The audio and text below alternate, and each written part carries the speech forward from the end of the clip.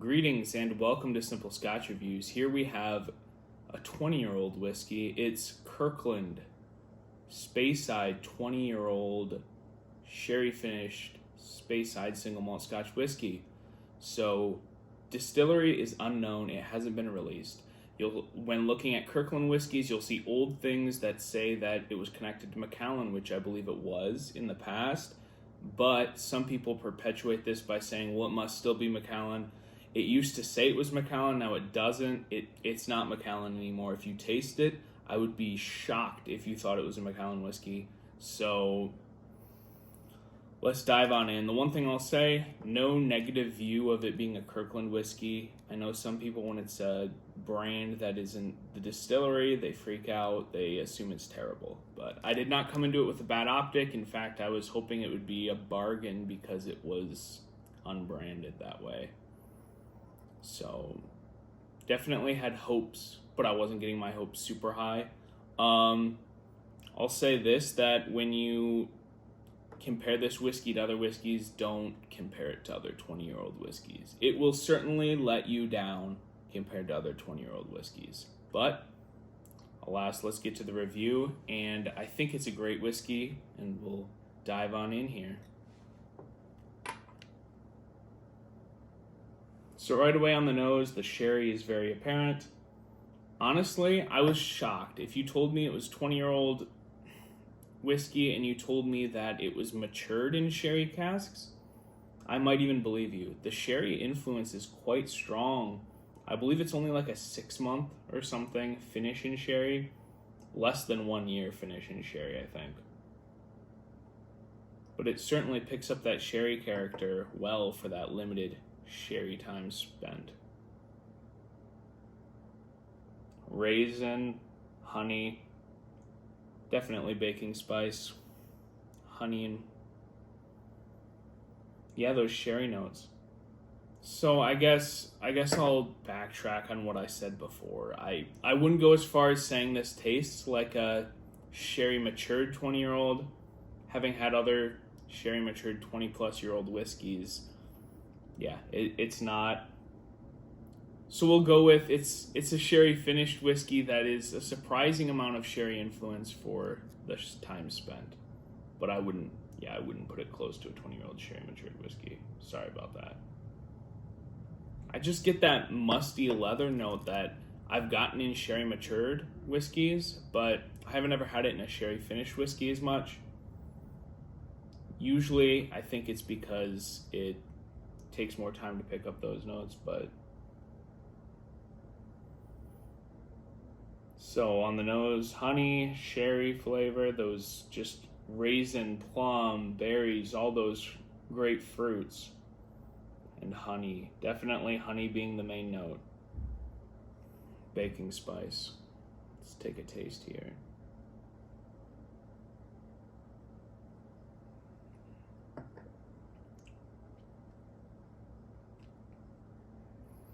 Raisin, plum, berries, blackberry, maybe even some purple grape, lots of fruit.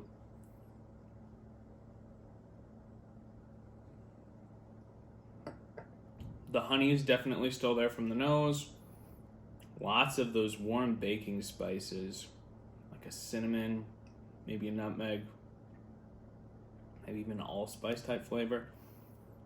There's a tiny bit of the leather that carries over. It's a tiny note. So if you haven't had a whiskey that you say has a leather note, don't be like, that sounds gross, and turn away. It's not. It's not a bad experience at all.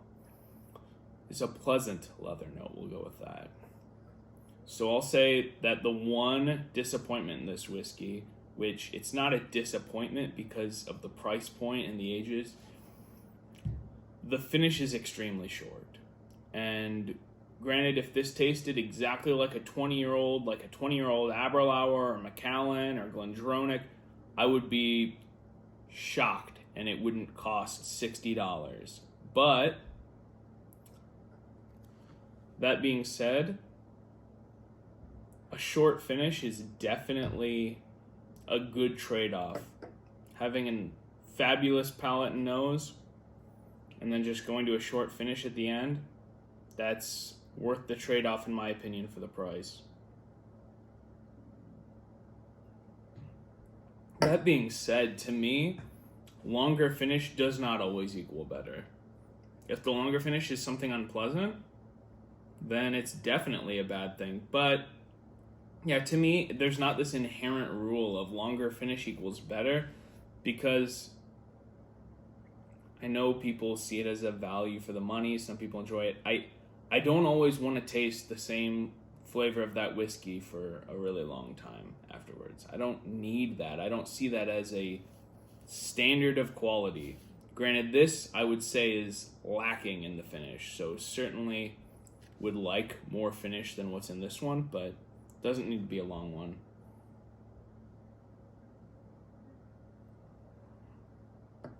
So in recap, on the palate, lots of honey,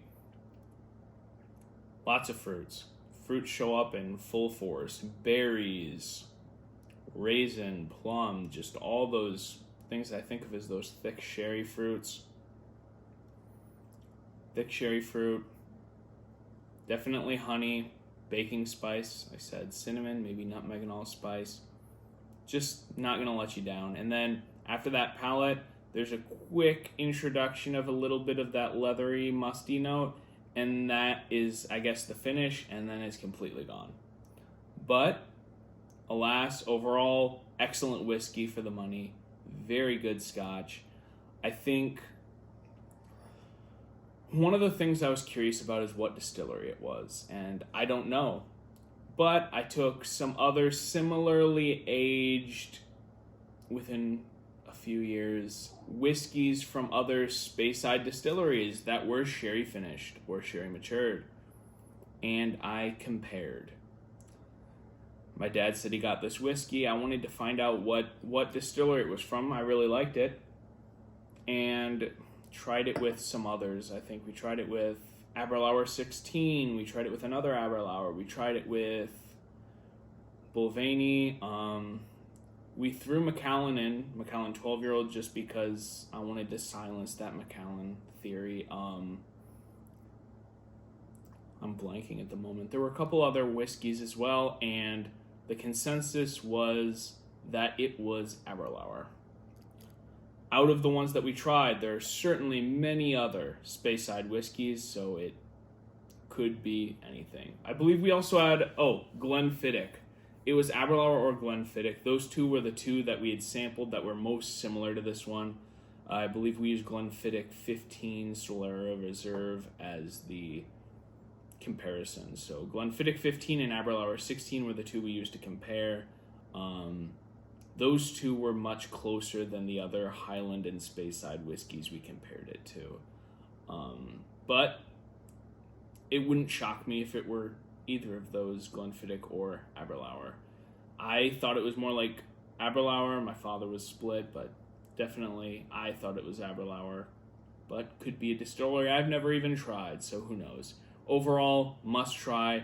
If you got a Costco membership, if you see it in your Costco, grab it. Don't let the Kirkland name scare you off. Don't hesitate. Get this whiskey. There's other sherry finished whiskeys. I think there's a 22, maybe a 19, something like that.